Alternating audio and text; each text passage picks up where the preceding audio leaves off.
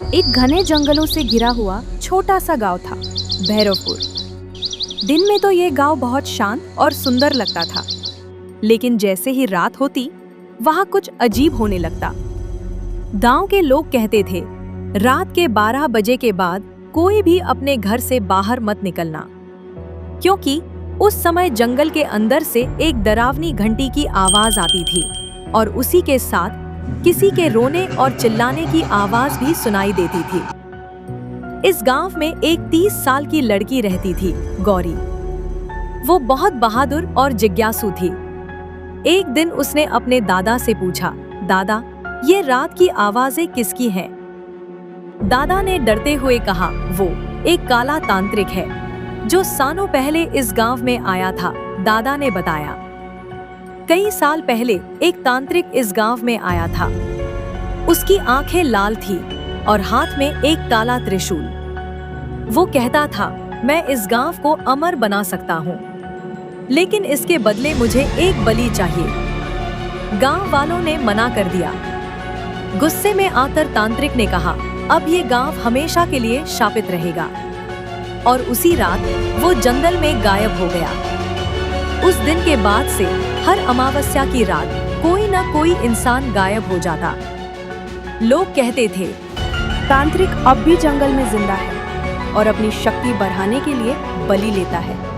गौरी ने ठान लिया, अब इस डर को खत्म करना होगा। अमावस्या की रात वो अकेले ही जंगल की ओर चल पड़ी। जंगल के अंदर जाते ही ठंडी हवा चलने लगी, पेड़ हिलने लगे और वो डरावनी घंटी फिर बजने लगी। अचानक उसके सामने एक काला साया प्रकट हुआ। वो तांत्रिक था। उसकी आवाज गूंज रही थी, क्यों आई हो यहाँ अपनी मौत बुलाने? गौरी ने हिम्मत से कहा, मैं तुम्हारे इस शाप को खत्म करने आई हूँ। तांत्रिक जोर से हंसा, मुझे कोई नहीं रोक सकता। तभी गौरी को एक पुरानी किताब याद आई, जिसमें लिखा था, तांत्रिक की शक्ति उसके त्रिशूल में है, अगर उसे तोड़ दिया जाए तो उसका अंत हो सकता है। गौरी ने मौका देखकर तांत्रिक के त्रिशूल पर हमला किया। जैसे ही त्रिशूल टूटा, तांत्रिक जोर से चिल्लाया, नहीं, ये नहीं हो सकता, और धीरे धीरे उसका शरीर धुएं में बदलकर गायब हो गया। अगली सुबह गांव में पहली बार शांति थी। ना कोई आवाज, ना कोई डर। गांव वाले समझ गए, शाप खत्म हो चुका है। गौरी को गांव की सबसे बहादुर लड़की माना गया।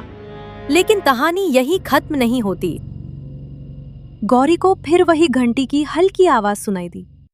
वो बाहर आई और देखा, जंगल की तरफ एक काला साया फिर से खड़ा था और उसकी आंखें पहले से भी ज्यादा लाल थी। क्या तांत्रिक सच में खत्म हो गया था, या फिर वो किसी और रूप में वापस आ चुका है? अगर जानना चाहते हो अगला पार्ट, तो चैनल को सब्सक्राइब जरूर करना।